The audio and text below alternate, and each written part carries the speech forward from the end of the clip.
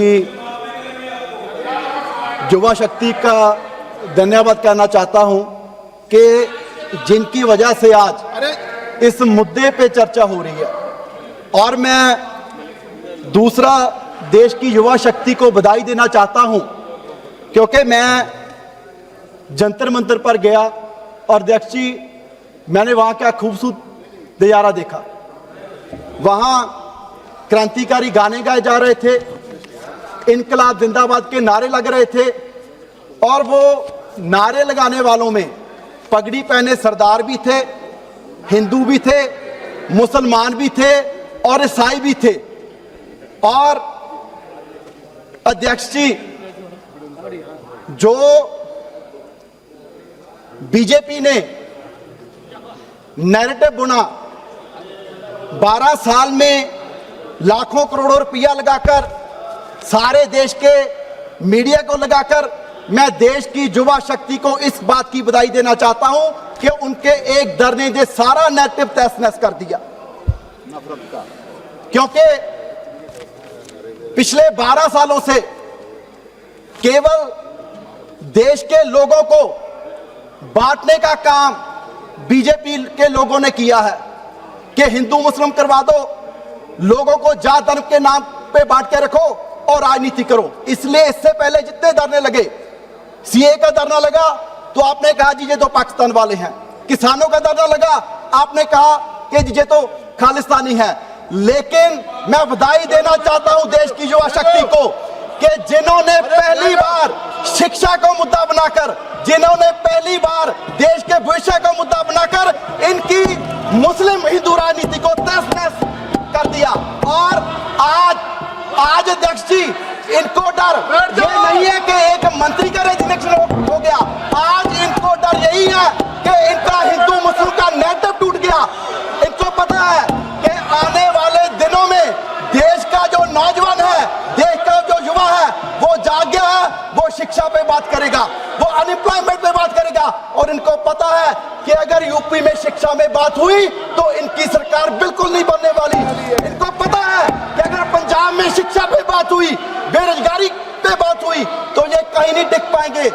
इसलिए अध्यक्ष जी इनको इसलिए परेशानी ये है। इसीलिए तो अध्यक्ष जी मैं कहना चाहूंगा कि हमारे माननीय प्रधानमंत्री जी, कभी आपने उनके चेहरे पे इतनी स्ट्रेस देखी है, इतना परेशान देखा है?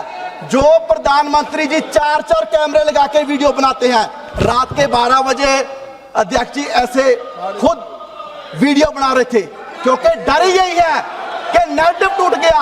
और आपको डर यही है कि नैरेटिव टूट गया।